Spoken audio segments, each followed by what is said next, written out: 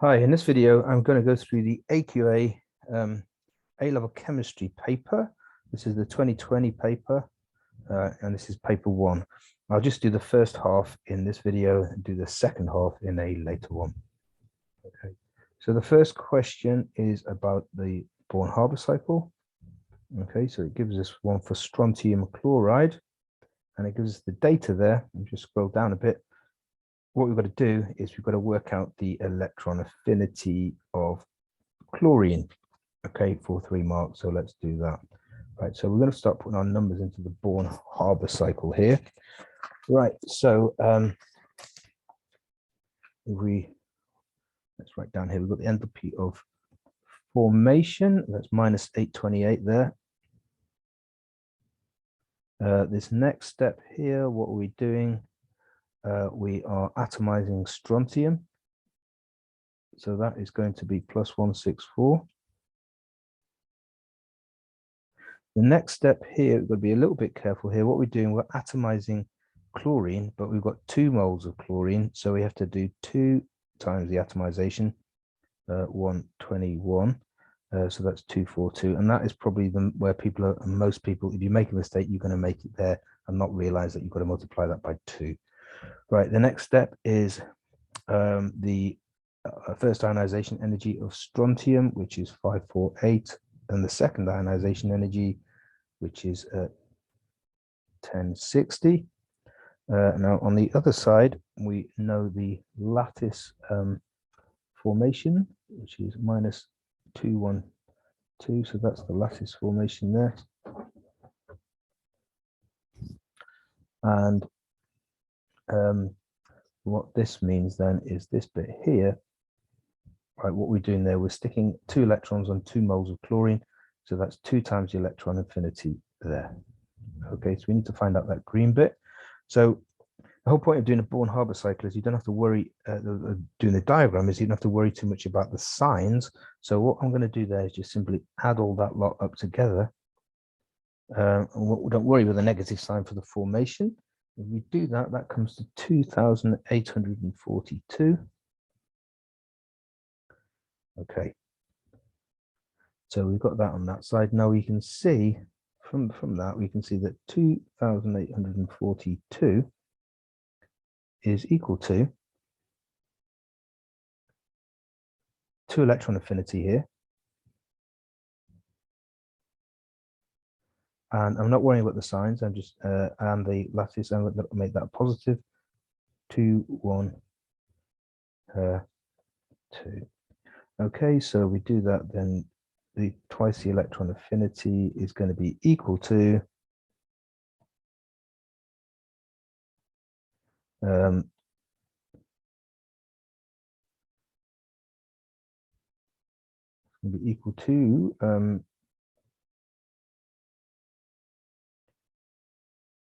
2842 minus 2112. And I'm not really worrying about the signs there, so that's going to be 730 is twice the electron affinity. So therefore the electron affinity is half that. 730 over 2, which is 365. Now we have to be careful about, we do have to be careful about the sign now. Look, the arrow's going down on our diagram there, and when it's going down, that's an exothermic change, so that is a minus value, 365 kilojoules per mole. As I say, the whole point of drawing the cycle out in a diagram like this is so you don't have to worry too much about the positives and negatives. You can tell if something's positive, the arrow is going up. If it's negative, the arrow is going down. And as I say, this bit here is where people will go wrong, because the definition of atomization energy is the enthalpy change occurring when 1 mole of gaseous atoms are formed. Well, we're forming 2 moles of gaseous atoms there. Okay. Right. So this is about the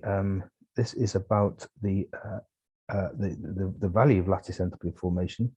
Okay, for the substance. Right, now we need to think about the charges on the ions. So magnesium, right, that is a 2+ and a 2-, whereas magnesium chloride is a 2+ and a 1-, and barium obviously 2+ and a 1-. So this one is definitely going to be the biggest because you've got the biggest electrostatic attraction. You've got double the charge on the oxide, so that's got to be that one. So now we've got to decide which one's barium, which one's magnesium. Well, magnesium is a smaller ion than barium. Chloride ion in there. Barium is a lot bigger. It's got in the 5th period, isn't it? Magnesium is in the 3rd period, so it's got more shells. So the barium ion, although it's got the same charge, it's much bigger. So there's lower charge density. So it's going to be a weaker attraction between the barium and the chloride than the magnesium and the chloride. So this smaller one here is going to be the barium, and that one there is going to be the magnesium chloride.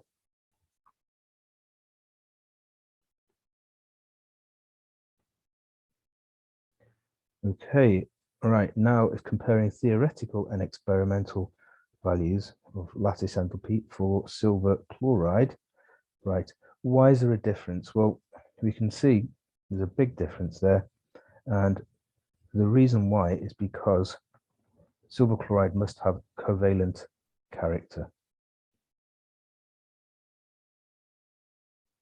It's only 1 mark, that's all you need to say for that, but just so what's happening is the Ag+ ion is got a fairly high charge density, and that polarizes the chloride ion, distorts the shape of the chloride ion. And then all you need to say for 1 mark is that, and so but then you don't get good agreement because the assumption, the calculation is based on that both of the ions are spherical is not right. Oops. Okay. Right, enthalpy hydration values. Why do they become less exothermic from lithium to potassium? Well, it's all to do with charge density. Lithium is a small ion. Potassium is the 4th. It's got three shells filled, so it's much bigger. So say lithium, higher charge density, and so that's going to be stronger attraction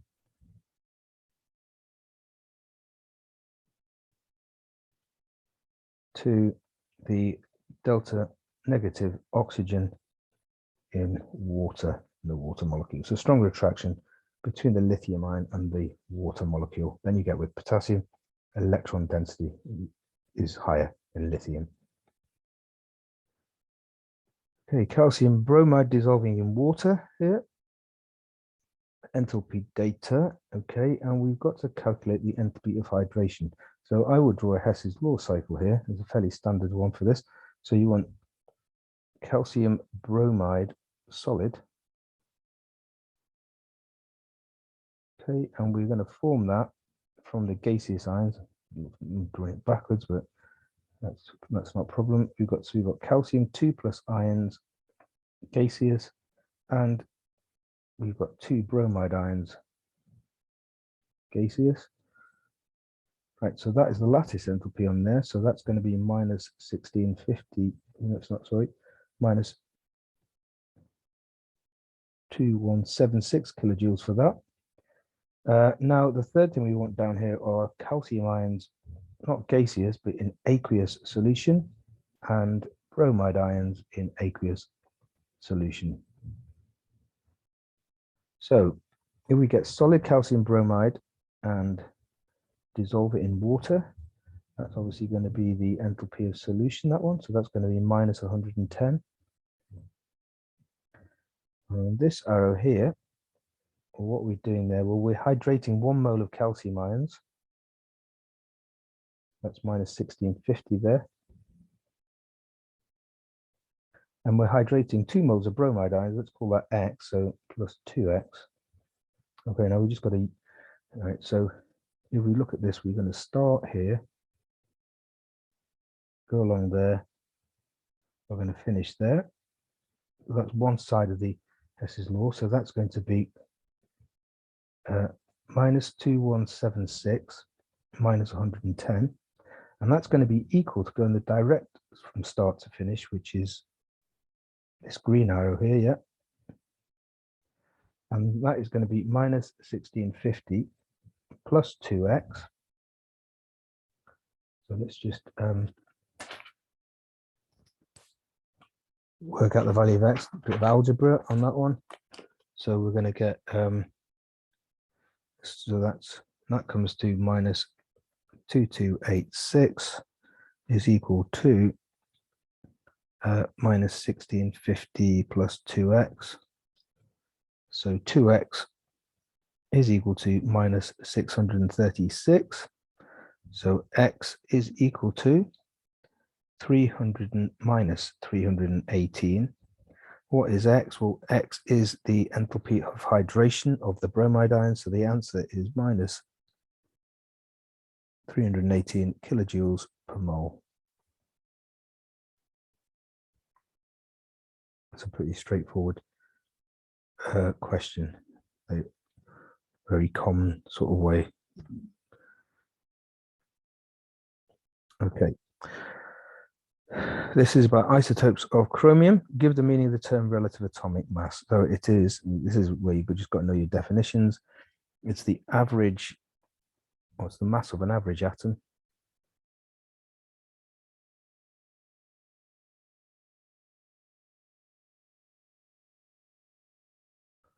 divided by 1/12 the mass of a carbon-12 atom. Okay, that's always ask that question. Okay, so make sure you know that definition. Right, next one. A sample of chromium contains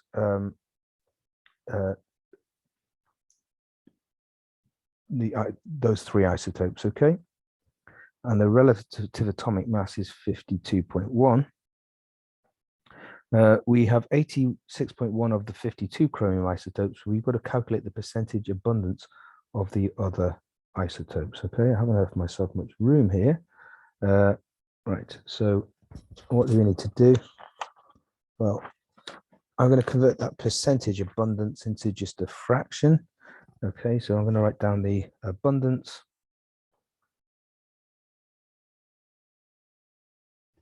of the 52 chromium.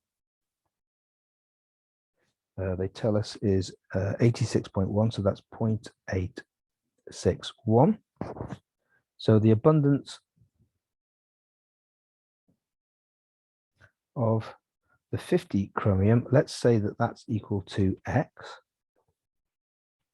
Now we know the total abundance has got to add up to 1, so we know the abundance of the other isotope, which is 53. That's got to be equal to 1 minus 0.861, so that's the 52, and minus x for the 50, and that is equal to, work that out, is 0.139 minus x. Okay, now we've got the abundances of all of those isotopes. So, but we know that I'm going to put them into the equation now. So we know that the relative atomic mass is 52.1. So we know 52.1 has got to be equal to the abundance of chromium 52 multiplied by its mass. So that's going to be 0.861 times 52 plus the mass of the chromium 50. Well, the abundance is x, and that weighs 50 plus 50x. And now the abundance of the total mass of the 53, so that weighs 53 multiplied by 0.139 minus x. Put another bracket around that. So let's just do a little bit of multiplying out of this. So we get there, we do that, we get 52.1 is equal to 44.772 plus 5 plus 50x, sorry, plus 53 times 0.139, that gives us 7.367. And 53 times x minus 53x. Right, let's group those x's together. So that's going to give us plus 50x and minus, that gives us minus 3x. So we can get rid of that.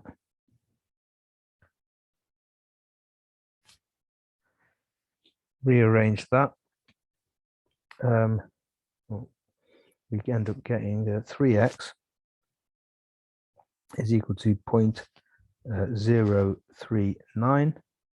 So x is equal to 0.039 over 3, which is equal to 0.013.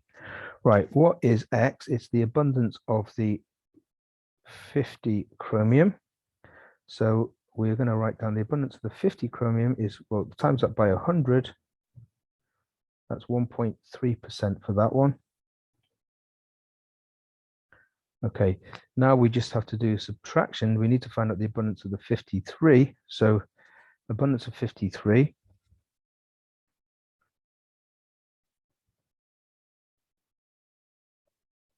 That's going to be 1. Let's just use that one there. It's going to be 0.139 minus this number here, 0.013. That gives us 0.126. Multiply it by 100 to get it as a percentage. We get 12.6%. So the abundance of this one is 12.6%. So there's our answer there. The abundance of the 50 is there, 1.3, and the abundance of the 53 is 12.6%. Okay, just reminding myself of the atomic number of chromium there, 24. Right, state in terms of the number of fundamental particles, one similarity and one difference between chromium, 50 chromium and 53. Okay, so the most obvious thing is that they've both got 24 protons. And I looked at the mark scheme, I don't actually have to say the number of protons, you just have to say same number of protons. The difference is, well, the 50 chromium is going to have 50 minus 24 protons, 50 minus 24 neutrons, it's got 26 neutrons. Whereas the 53 chromium is going to have 3 more neutrons, and that's going to have 29 neutrons. So the difference is they've got different numbers of neutrons, and as I say, you look at the mark scheme, you don't, they don't actually want you to put the numbers in, but anyway. Okay, analyzing the chromium using a time of flight mass spectrometer. Okay, and you need to give 2 reasons why it's necessary to ionize the isotopes. Okay, well, you need to ionize the isotopes so that they can be so the ions can be accelerated by the electrical field. If they're not charged, they won't be attracted to the negative end of the electrical field. Not magnetic field, and so they won't be accelerated, so they won't move. And then also, so the ions can be detected.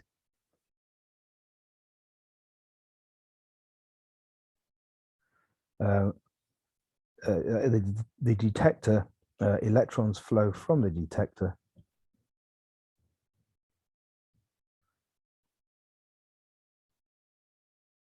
to the positive ions.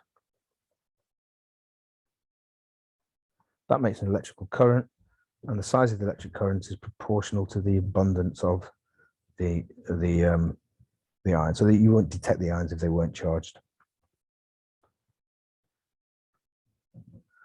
Okay, and here's a calculation using the time of flight spectrometer. Okay, so what we need to work out here is the time for the ion to travel down the tube. Okay, now what I'm going to do right here is velocity is equal to distance over time, because we've got a v squared in that equation there, it makes sense to square that. So v squared is equal to d squared over t squared. I'm now going to put that into, substitute that into this equation. Okay, we do that, we get kinetic energy is equal to the mass of one ion, d squared over t squared times by 2. Let's rearrange that to get t squared by itself. We won't do a square root just yet. So we've rearranged that. T squared is equal to mass of one ion, d squared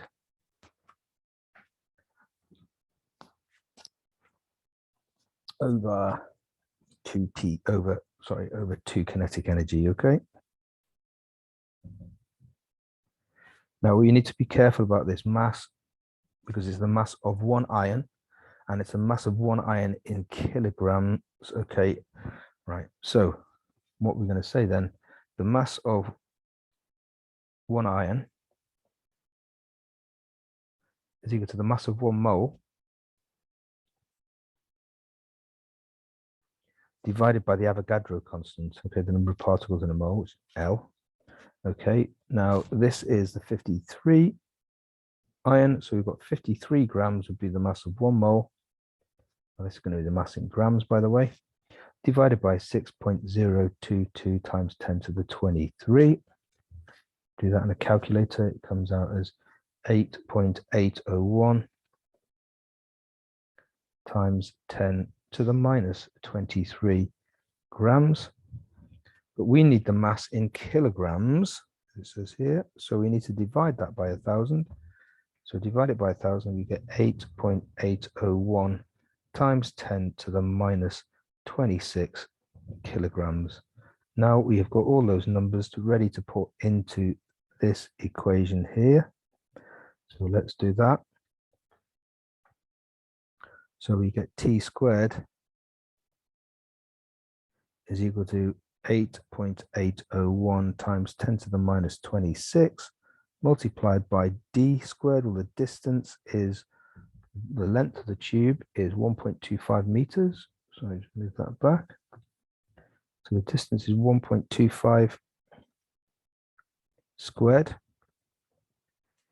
divided by 2 times the kinetic energy. So that's going to be 2 times, and the kinetic energy up there, 1.102 times 10 to the minus 13 joules. Okay, we used all the right units there, so our time will be in seconds. So t squared is going to be equal to, put that into a calculator, we get 6.239 times 10 to the minus 13. Okay, now we need to square root that to get t. And that is equal to 7.8989 times 10 to the minus 7 seconds. I'm going to give this to 4 significant figures because the Avogadro constant is given to 4. Actually, I should probably only give it to 3 because the length of the tube there is only given to 3. So 3 significant figures, 7.8 9, so that should be 90, shouldn't it? Yep. 7.90 times 10 to the minus 7 seconds. Okay, that is the answer. All right, question 3, period. All right, shows the, now this is tricky because it's showing, it's trying to confuse us here, not the first ionization energy, which we normally plot against atomic number here, but it's the second ionization energy we've got there. So draw a cross on figure 2 to show the second ionization energy of silicon.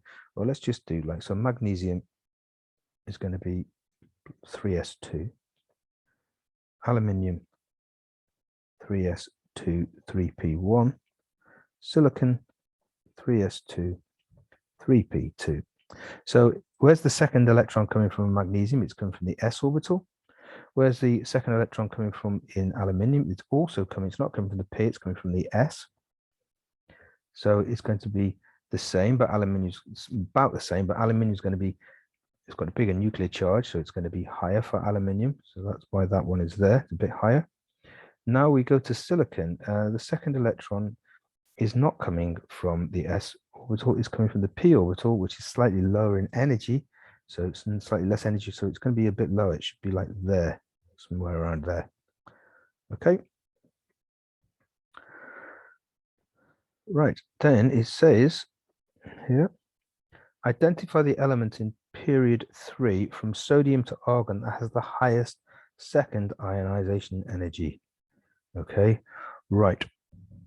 Now, if you think sodium is 3s1, magnesium is 3s2. Now, magnesium, if you remove the second electron, it's coming from 3s. But sodium's only got 1 in there. So in sodium, you'd be moving not from 3s, from 2p, which is obviously and the next quantum shell in, much closer to the nucleus than 3s. So it's going to be much bigger ionization energy. So it's going to be sodium is the answer there. And all the other ones, the electron's going to be coming from a quantum shell 3, but sodium is coming from 2. Right, and then it says we should show that give an equation showing state symbols to show the process that occurs when the second ionization energy. So we want the second ion, the sodium's already lost 1 electron, so it's Na plus gas. That's going to go to Na2 plus and an electron. Right, why does the atomic radius decrease across period 3 from sodium to chlorine? Right, well, because the nuclear charge is increasing. So the electrons are being held more tightly to the nucleus. But with the second mark, we also need to say there, but it's been removed from the same quantum shell. So therefore, you're going to have similar shielding for all of those elements from sodium to argon.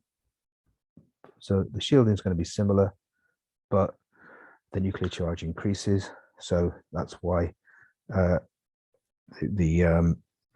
electrons are held more tightly. Okay, the element from period 3 that has for sodium to chlorine, that's the highest electronegativity. Well, that's the ability to attract electrons towards itself in a covalent bond. So that's going to be chlorine, and that is because it's got the highest nuclear charge. Well, it doesn't actually work. It's highest nuclear charge, same quantum shell. And why isn't it argon? Well, argon doesn't really form any compounds, so we can't really talk about its ability to attract electrons in a covalent bond. So chlorine is the answer there. You don't need to give any explanation. Okay, so phosphorus burns in air to form phosphorus 4 oxide. So this is the period 3 oxides topic in year 13. So we get phosphorus plus oxygen. The formula of phosphorus oxide is P4O10. So we should have that there, and 5O2. Or I think you could write P4 because but 4P is fine. Okay.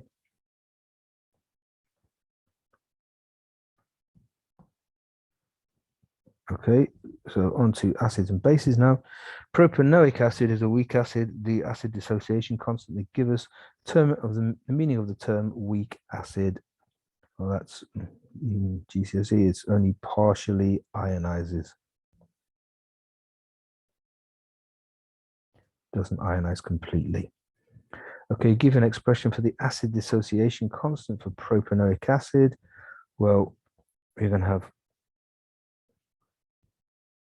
this way like that. C2H5COOH is going to C2H5COO minus plus H plus. So Ka is equal to the concentration of the conjugate base multiplied by the concentration of the H plus ion divided by the concentration of the propanoic acid.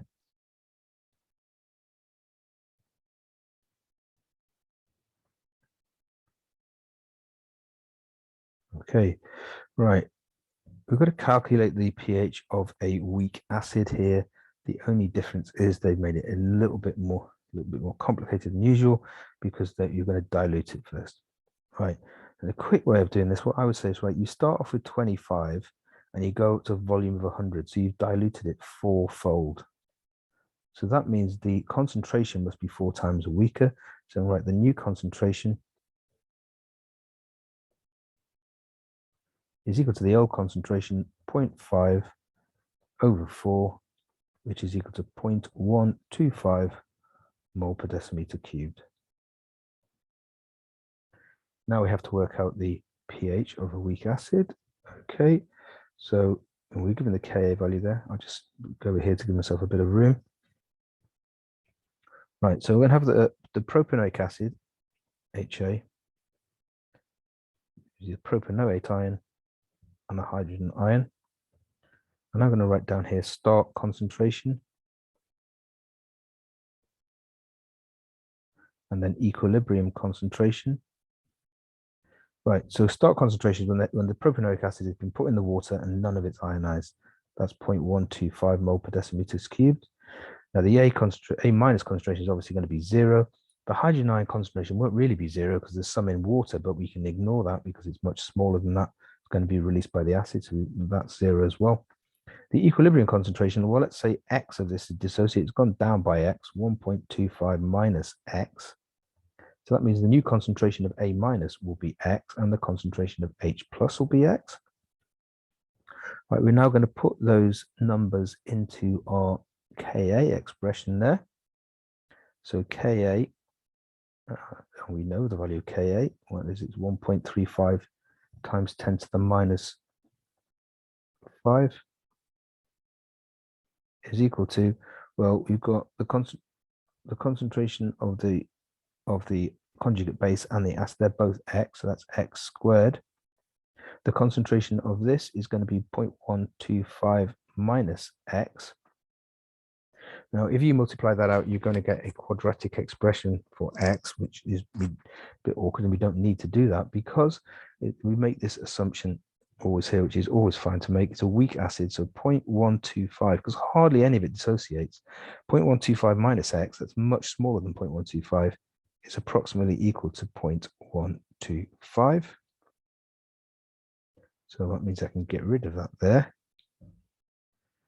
What is X equal to? X is equal to the hydrogen ion concentration. So here I'm going to write down 1.35 times 10 to the minus 5 is equal to the hydrogen ion concentration squared divided by 0.125. So H plus squared is equal to, do that in a calculator, we get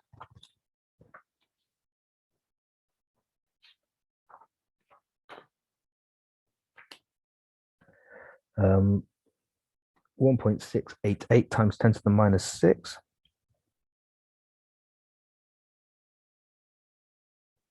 Take the square root of that to get H plus concentration.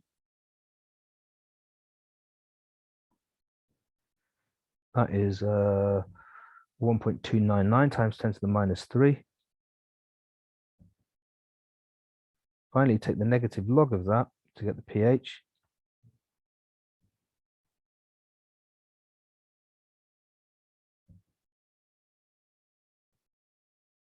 And that is equal to 2.89. The pH is 2.89. Okay. Now the next question is trickier, a lot trickier than that. It's a buffer calculation, which are, those calculations are a bit harder. Okay. So I'm going to start off with our expression for Ka. So let's write that down.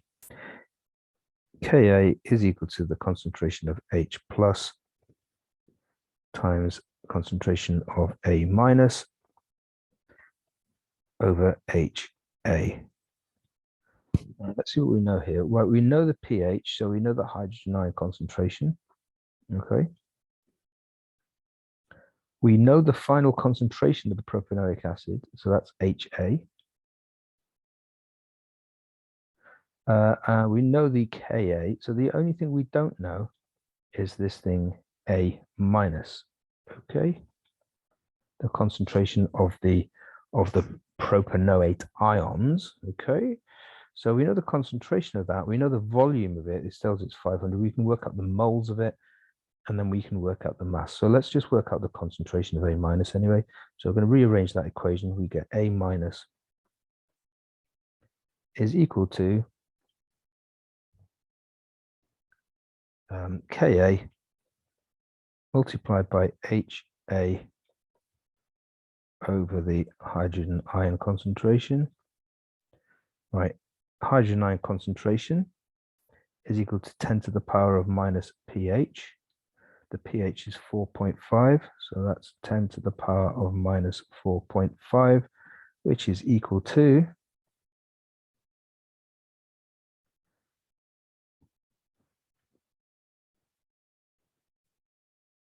3.162 times 10 to the minus 5.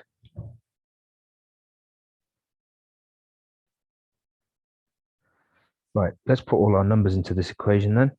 So Ka 1.35 times 10 to the minus 5. The concentration of HA in the final solution, they tell us there, look, it's 0.25. So that's times 0.25. And the hydrogen ion concentration we just worked out is that. Okay, so let us now work out what that is on a calculator. That works out to be 0.1067 moles per decimeter cubed. Right, so we know the concentration of A minus. We want to find out the moles of A minus. Okay, so the moles of A minus, and then we can work out the mass of it afterwards. The moles of A minus is going to be equal to the concentration times by the volume. Well, so the concentration we just worked out is 0.1067. The volume is 500 centimeters cubed, so that's 0.5 dm cubed. So that is going to give us 0.0533 moles. Okay, so that means that's the moles of the propanoate ion. So the moles of sodium propanoate, C2H5COO is the same. We want to work out the mass of that. Okay, so mass is equal to moles times MR.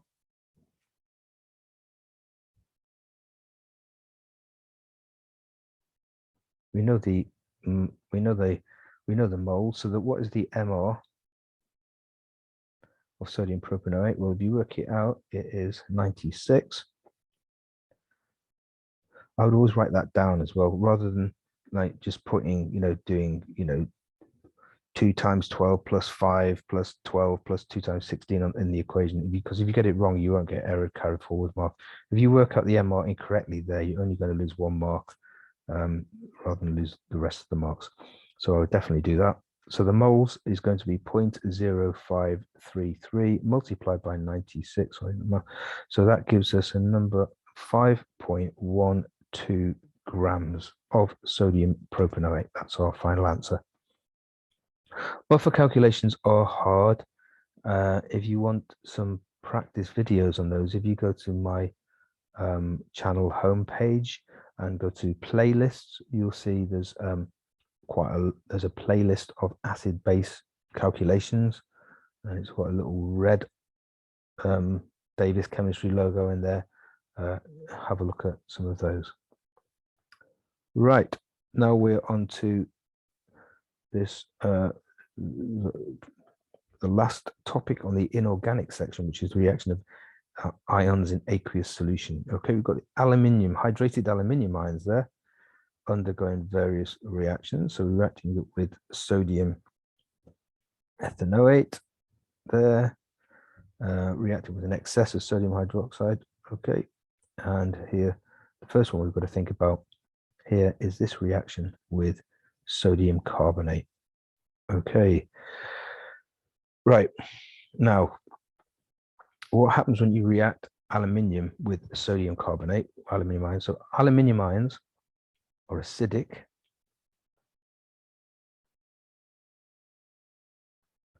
They're sufficiently acidic to react with the carbonate ion, which is a base. You're going to protonate that,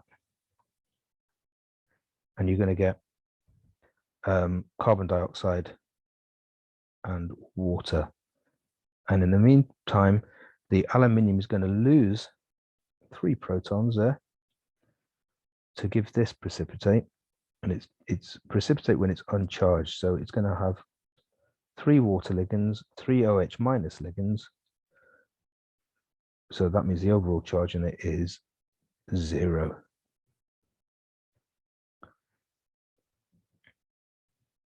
Okay, right, it says here, what is the other observation apart from forming the precipitate? Well, you get carbon dioxide gas, so you're going to get some fizzing there, yeah? Okay, we're going to give an equation for this reaction, which is, this is quite hard to balance. Okay, so let's just see. We get aluminium, H2O6, and that is going to form aluminium H2O3 OH3. Now that means that has lost 3 protons.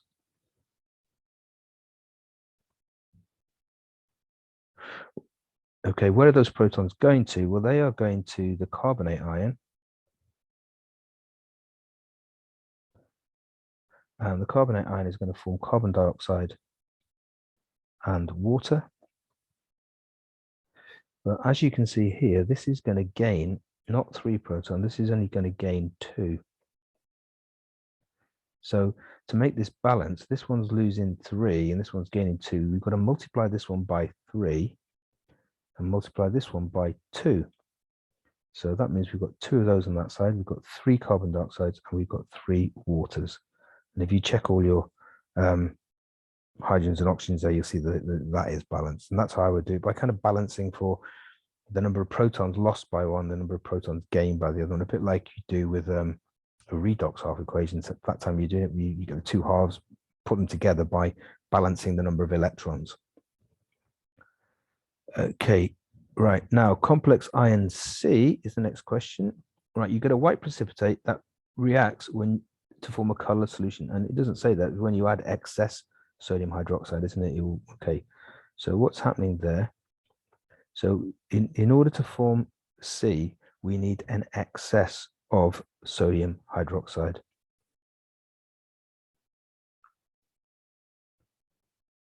Solution. All right, give an equation for this reaction. So we start off with the aluminium H2O6, and we're going to remove protons from it so that it becomes negatively charged. So that means we're going to remove 4 protons. We've only got 2 waters left. We've now got 4 OH minus ligands. So the charge on that is -1. Put 4 there, sorry. So that means we are going to need, how many OH minuses there? We're going to need 4 of them. Each one of those picks up a proton to form 4 H2O on that side of the equation.